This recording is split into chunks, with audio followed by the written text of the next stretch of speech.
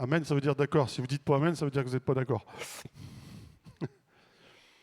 Oui, il ne faut pas que écouter, il faut mettre en pratique. Sinon, ça ne sert à rien. Sois béni, je te passe le volant. Bonjour à tous. J'espère que vous allez bien. Je voudrais commencer tout de suite mon message par vous embarquer dans une situation. Donc, c'est au gré de votre imagination, une situation que tout le monde a déjà connue, ça c'est sûr. Imaginez-vous repasser le permis, voilà, repasser des examens scolaires, voilà, ou alors même un entretien d'embauche. J'entends pas des super. Imaginez-vous aussi prendre la parole en public ou alors faire une présentation à votre travail. Bon, vous prenez la situation qui vous le plaît le plus, je ne sais pas. Qu'est-ce que ces situations vous évoquent ? Du stress.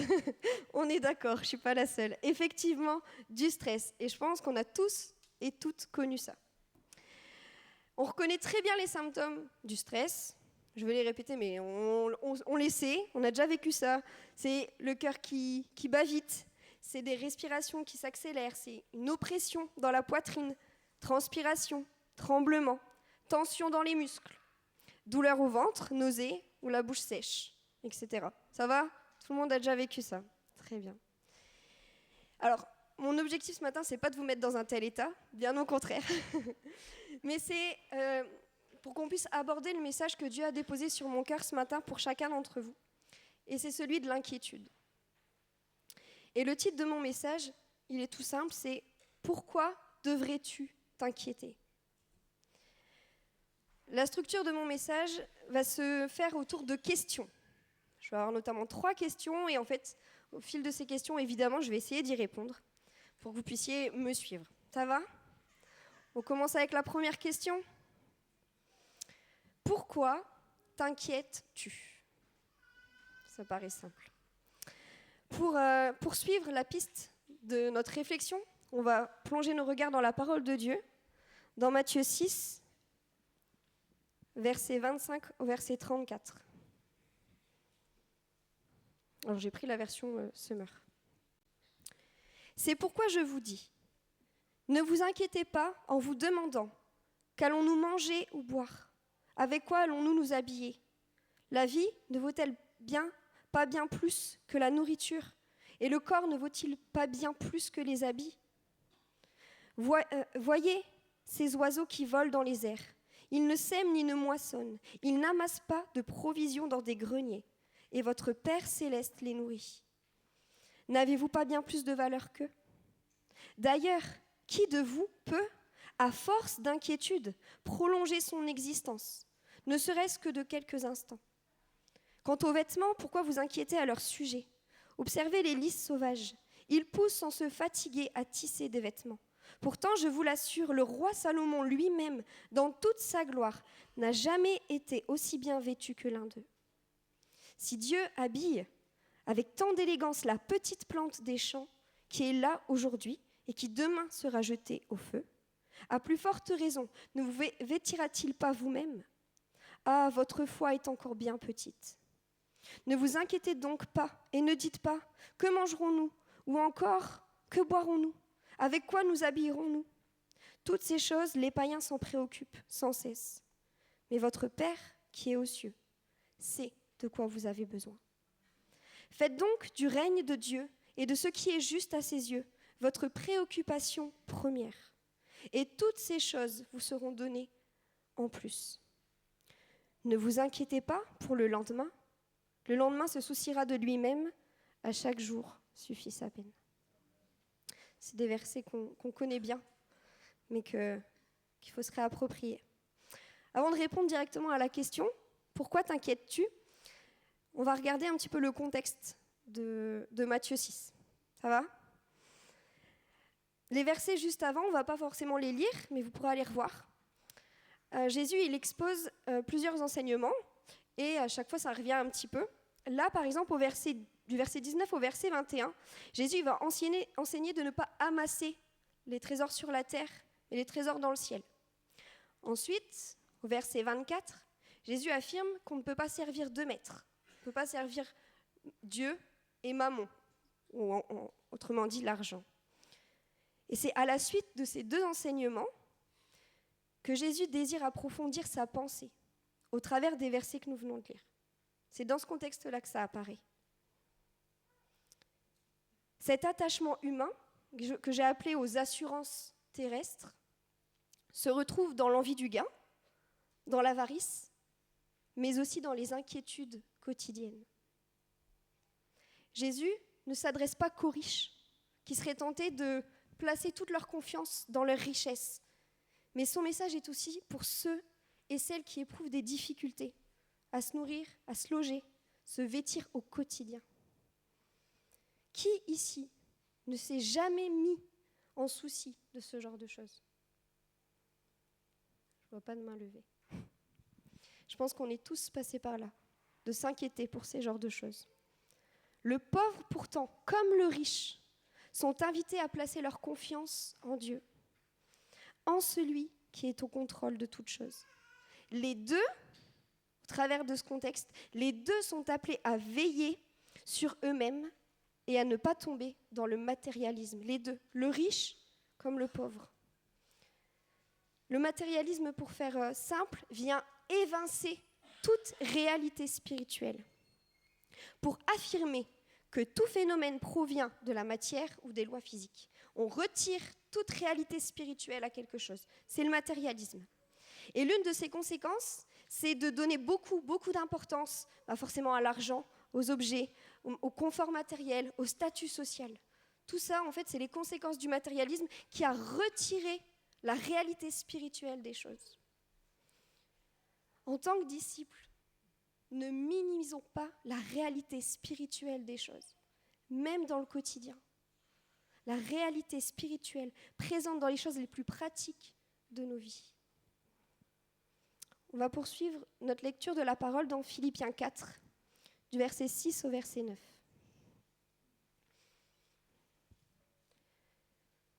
Ne vous mettez en souci pour rien, mais en toute chose, exposez vos besoins à Dieu. Adressez-lui vos prières et vos requêtes en lui disant aussi votre reconnaissance. Alors la paix de Dieu, qui surpasse tout ce qu'on peut concevoir, gardera votre cœur et votre pensée sous la protection de Jésus-Christ. Enfin, frères, nourrissez vos pensées de tout ce qui est vrai, noble, juste, pur, digne d'amour ou d'approbation, de tout ce qui mérite respect et louange. Ce que vous avez appris et reçu de moi, ce que vous m'avez entendu dire et vu faire, mettez-le en pratique. Alors, le Dieu qui donne la paix sera avec vous. Quel est le contexte de la lettre aux Philippiens? Où se trouve Paul? J'ai pas entendu. Ouais, Paul est en prison, probablement à Rome, quand il écrit cette lettre-là. Il avait de quoi se faire du souci, je pense. Et il y a quelques temps, avec les jeunes, on a eu un week-end de jeunes, c'était en 2025, fin d'année. Et puis, on a été amenés à relire tout Philippiens, donc relire toute l'épître. Et ce qui m'a étonnée, ou en tout cas interpellée, c'est le nombre de fois où il y a la notion de se réjouir, être en joie, être content. Je les ai surlignés. Pour 4 chapitres, ça revient 16 fois. 16 fois dans 4 chapitres, parce que Philippiens, c'est quand même assez petit. Et pourtant, dedans, il est expliqué de ne pas s'inquiéter. Donc, il y a vraiment un rapport entre les inquiétudes, ne pas se mettre en souci de rien, et la joie que Dieu donne. Paul est en prison. Et cela n'a aucunement entravé sa joie. Paul est actuellement en prison quand il écrit cette lettre, mais ça n'a rien entravé sa joie. 16 fois, il y a le mot joie, être content, réjouissez-vous, 16 fois en 4 chapitres. Mon frère, ma sœur, ne laisse pas les inquiétudes entacher ta joie. Ne laisse pas les inquiétudes te voler ta joie. Dans ce passage de Philippiens, nous comprenons un peu mieux la cause de nos inquiétudes. Ce sont les pensées. Dans le passage qu'on vient de lire, il y a cette notion de pensée, que nos pensées soient toujours, au verset 8, « Nourrissez vos pensées de tout ce qui est vrai, noble, juste, pur, digne d'amour, d'approbation, de tout ce qui mérite respect et louange. » La bataille, elle est dans les pensées. La bataille est dans les pensées. On peut repartir dans Matthieu 6, verset 32. Toutes ces choses, les païens s'en préoccupent sans cesse. Mais votre Père qui est aux cieux sait que vous en avez besoin. La version Semeur utilise le mot préoccupe, les autres versions utilisent recherche. Nous nous mettons à la recherche de ce qui nous préoccupe. Je répète, nous nous mettons à la recherche de ce qui nous préoccupe. Je crois qu'il y a des parents dans la salle. Quand on se préoccupe de ses enfants et qu'on ne voit plus son enfant sous notre garde, qu'est-ce qu'on va faire? Enfin, les parents surtout. On va le chercher. On se met à la recherche de ce qui nous préoccupe. Si nous nous préoccupons de Dieu avant toute chose, nous rechercherons ses intérêts, sa volonté et donc son royaume. Et Dieu, il a des promesses ensuite merveilleuses pour nous et qui sont là ce matin pour toi. On relit Matthieu 6, verset 33. « Faites donc du règne de Dieu, ou du royaume de Dieu, et ce qui est juste à ses yeux, votre préoccupation première. Et toutes ces choses vous seront données en plus. » Le même verset en Louis II, la version qu'on a l'habitude de lire, « Cherchez premièrement le royaume et la justice de Dieu, et toutes ces choses vous seront données par-dessus. » C'est pas merveilleux? Qu'est-ce qui occupe tes pensées dans la semaine, ce matin? À quoi penses-tu le plus? De quoi tes pensées sont-elles nourries, comme on l'a lu dans Philippiens? Quelles sont les excuses que tu te donnes pour accepter l'inquiétude? À la lumière de la parole de Dieu, ces excuses, elles ne tiennent plus. Ces excuses ne tiennent plus. Dans un livre que je n'ai pas encore terminé, j'en ai déjà parlé avec vous un mardi, qui s'appelle « Une vie motivée par l'essentiel » de Rick Warren. Je fais de la pub comme ça. Voilà ce qu'il dit concernant les pensées. Et je vais simplement vous faire la citation. « Pour grandir spirituellement, la première chose à faire est de changer votre façon de penser. Et cela commence toujours dans votre esprit. Votre façon de penser définit vos sentiments, qui, à leur tour, influencent votre manière d'agir. Paul a expliqué, il faut vous laisser complètement renouveler dans votre cœur et votre esprit.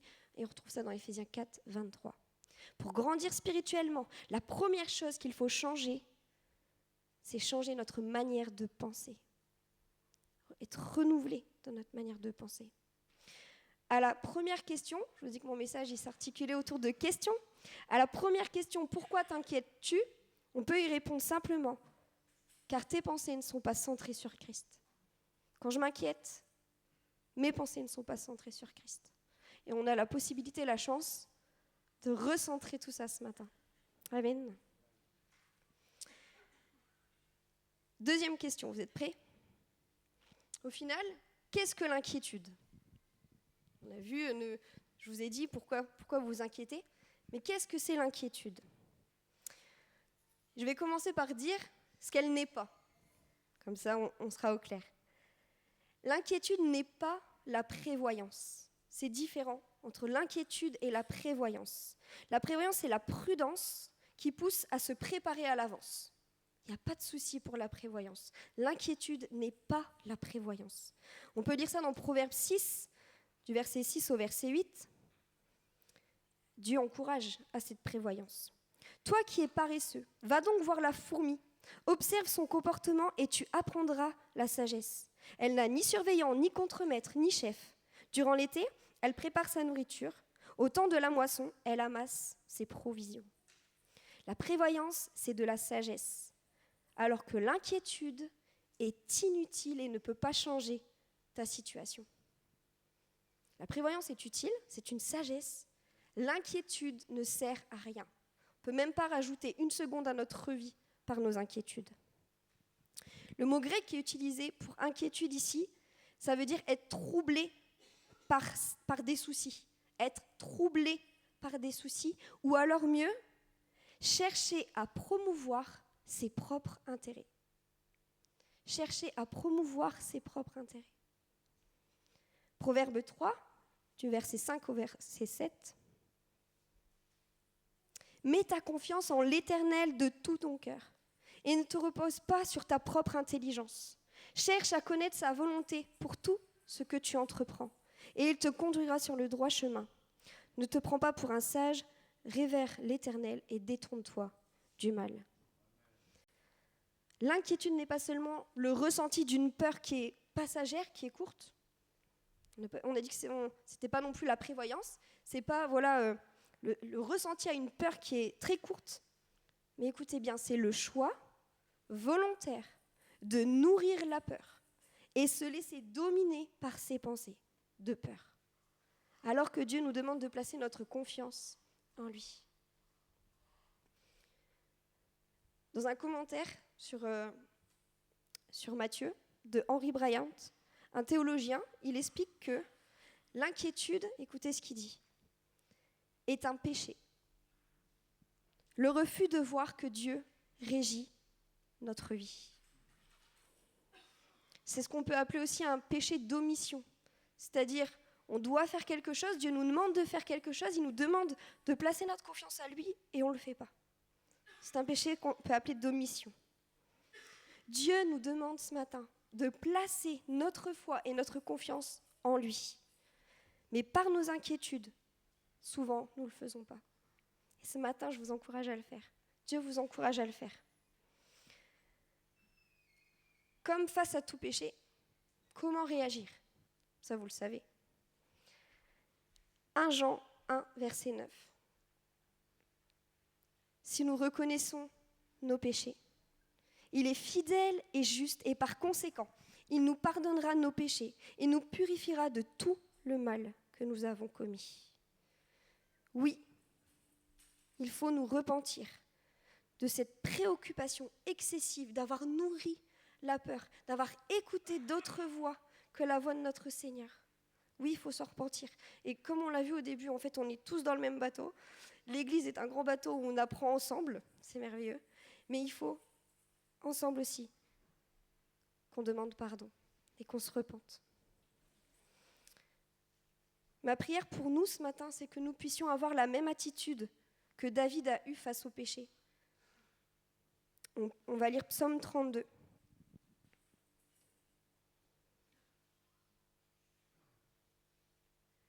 Méditation de David.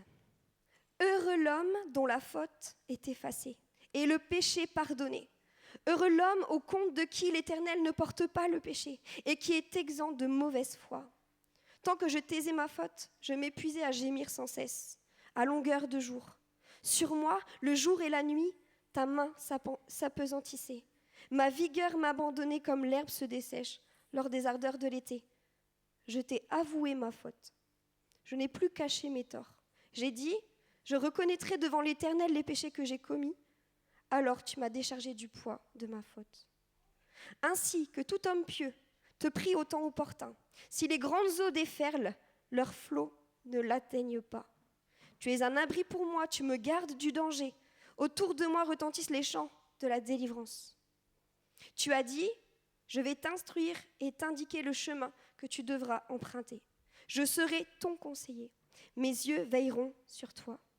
Ne soyez donc pas stupides comme un cheval, un mulet dépourvu d'intelligence dont il faut dompter la fougue par la bride et par le morse pour qu'ils t'obéissent. Ils sont nombreux les tourments qui attendent les méchants, mais les hommes qui ont mis leur confiance en l'Éternel sont comblés par son amour. Juste, réjouissez-vous, mettez votre joie en l'Éternel et poussez des cris de joie, vous qui êtes droits de cœur. Ça vous rappelle rien ? Comment commence le psaume ? Heureux, celui dont la faute est pardonnée. Comment il se termine ? Réjouissez-vous. Ça vous rappelle pas quelque chose qu'on vient de lire dans Philippiens ? Il y a de la joie pour moi, pour toi, quand nous demandons pardon, que nous nous repentons et que nous voyons que notre dette est effacée, tout simplement. Notre dette est effacée. Mon frère, ma sœur, ne te prive pas ce matin de cette joie. Ne te prive pas de cette joie, celle de faire la joie de ton Père et de voir tes péchés pardonnés. Dans le même livre que je viens de vous citer, il y a quelques minutes auparavant, voilà ce qui est dit aussi. Vous vous repentez quand vous abandonnez votre façon de penser pour adopter celle de Dieu. Et c'est ma prière pour ma vie déjà. Combien de fois je me dis, mais mince, j'ai l'impression d'avoir un nœud. Ça arrive dans la vie, voilà, il y a un nœud, on veut, comme s'il y avait un mur, on veut passer autre part, et on se dit, mais mince, comment je peux faire? Je ne fais plus par moi-même. Seigneur, viens changer ma façon de penser. Viens renouveler, Saint-Esprit, ma façon de penser, par le renouvellement de l'intelligence. Et ça marche. Et ça marche, et j'ai encore plein de prières à faire comme ça. Mais que ce matin, on puisse dire, ok, ouais, je me mets trop en inquiétude. J'ai trop laissé de place à l'inquiétude. Je reconnais, c'est un péché. Seigneur, viens changer ma mentalité. La repentance, c'est demander pardon et de changer d'habitude, de façon de penser, de façon de faire. Donc mon frère, ma sœur, ce matin, abandonne l'inquiétude pour la confiance en ton Dieu. À la fin de ce message, il y aura un appel simple pour acter ce choix, en confessant nos péchés et pour demander un renouvellement des pensées. Parce qu'on ne veut pas retourner ensuite à nos inquiétudes. On ne veut pas aujourd'hui faire et prier, et puis que nos pensées elles nous ramènent dans les mêmes schémas. Dieu veut aussi renouveler nos schémas de pensée. J'en suis à la 3e question. Donc la première, c'était « Pourquoi t'inquiètes-tu » La bataille est dans les pensées. La 2e question, c'était « Qu'est-ce que l'inquiétude » L'inquiétude est un péché dont il faut se repentir. Et la dernière question est « Pourquoi ne devrais-tu pas t'inquiéter » Pourquoi on a la possibilité de ne pas s'inquiéter? On va relire le passage de Matthieu 6 qu'on a vu, parce que dedans 3 fois, il est dit « Ne vous inquiétez pas ». Et Jésus, il est bon parce qu'il explique le pourquoi, juste après le « Ne vous inquiétez pas ». Matthieu 6, verset 25 au verset 27. « C'est pourquoi je vous dis, ne vous inquiétez pas en vous demandant, qu'allons-nous boire, manger ou boire? Avec quoi allons-nous nous habiller? La vie ne vaut-elle bien plus que la nourriture et le corps ne vaut-il pas bien plus que les habits? Voyez les oiseaux qui volent dans les airs. Ils ne sèment ni ne moissonnent, ils n'amassent pas de provisions dans des greniers. Et votre Père céleste les nourrit. N'avez-vous pas bien plus de valeur qu'eux?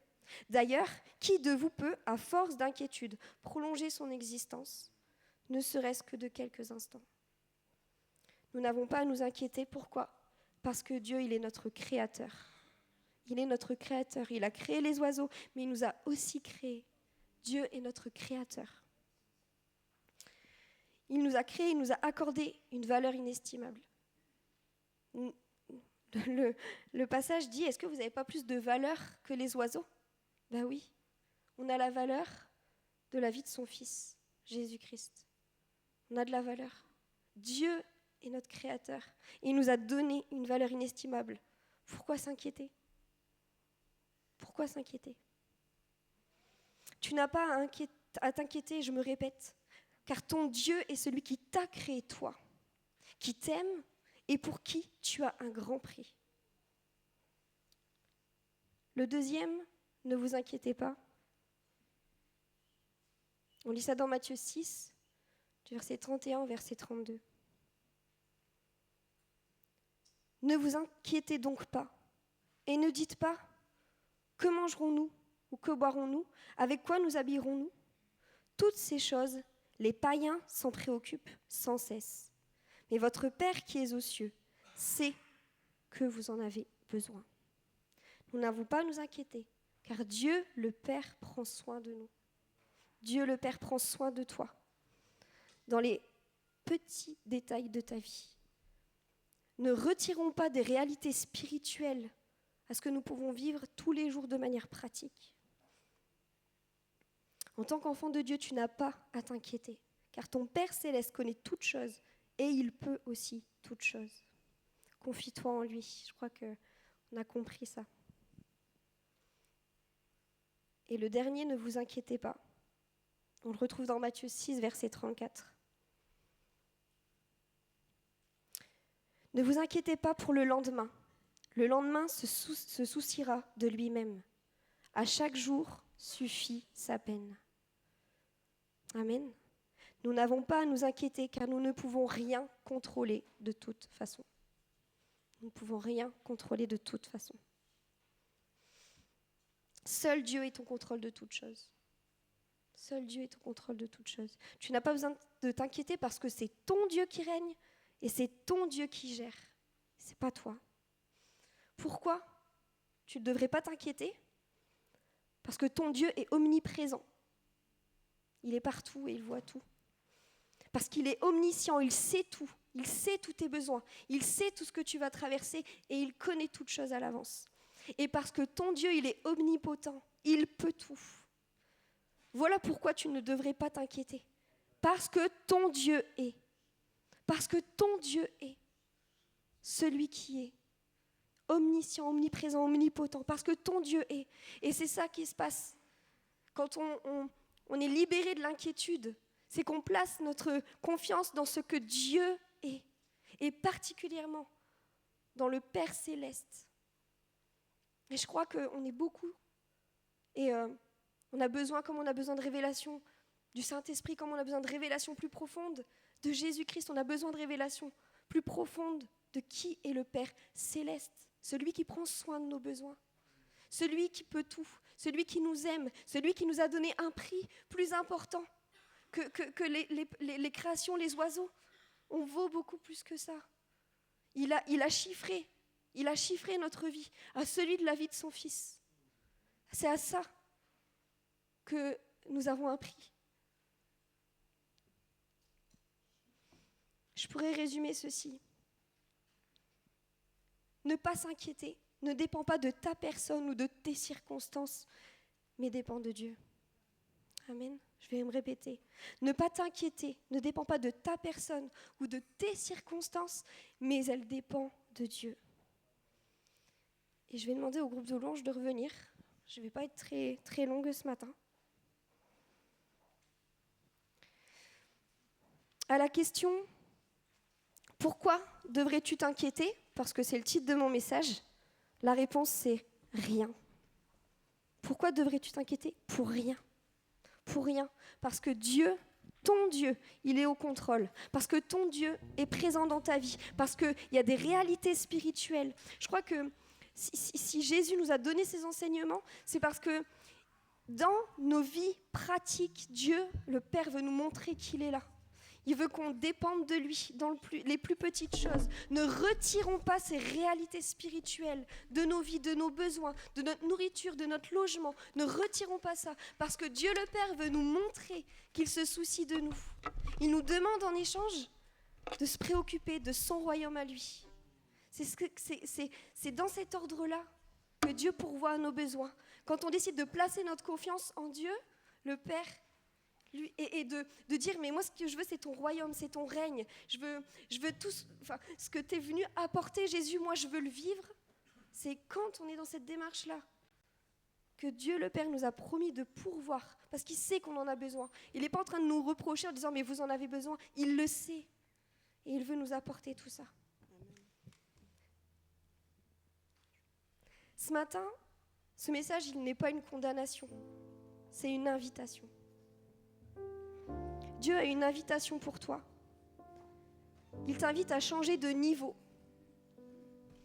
Arrête de t'inquiéter pour les choses de cette terre, mais œuvre plutôt au niveau supérieur, qui est les affaires célestes, les affaires du ciel, les réalités célestes. Change de niveau, c'est l'invitation que Dieu te fait ce matin. Ne t'inquiète pas, change de niveau, et le niveau du bas, je vais m'en préoccuper. Les choses de cette terre, je vais m'en préoccuper. Cette invitation, elle est importante car c'est seulement quand tu passes au niveau céleste que le Père s'occupe des choses du niveau terrestre. Je vais me répéter. Cette invitation, elle est importante pour toi, pour moi ce matin. Car c'est seulement quand tu passes au niveau céleste, tes préoccupations passent au niveau céleste, que le Père s'occupe du niveau terrestre. Dieu le Père utilise les circonstances, les difficultés que tu peux connaître sur cette terre pour nous révéler qui il est. Le Père qui prend soin de nous dans les plus petits détails. Les plus petits détails de nos vies. Oui, ton Père Céleste, il est concerné par ta nourriture. Il est concerné par tes habits, concerné par ton logement, concerné par tout ce qui pourrait engendrer de l'inquiétude. Mais c'est lui qui veut s'en préoccuper. Il te demande juste, en fait, que toi, tu t'occupes de son royaume en premier. Et il l'a promis.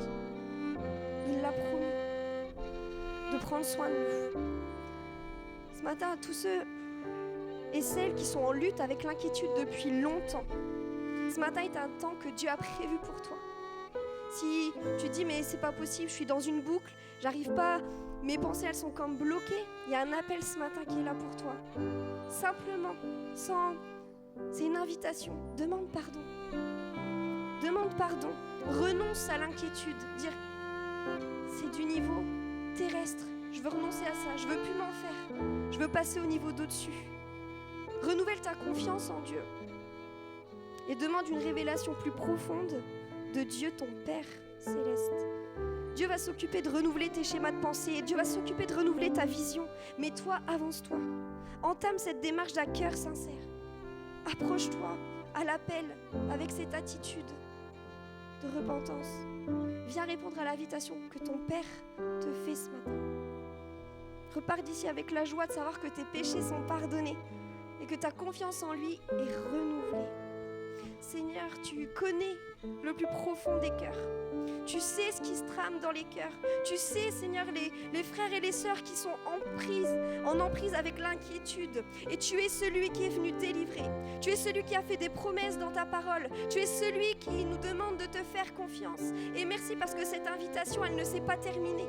Elle est toujours d'actualité. Tant que ton retour ne sera pas là, nous pouvons nous rapprocher de toi, nous pouvons demander pardon pour nos péchés et nous savons que nous sommes pardonnés. Viens Seigneur au secours de notre incrédulité, viens au secours de nos pensées, de cette bataille qui est là, parce que tu l'as remportée.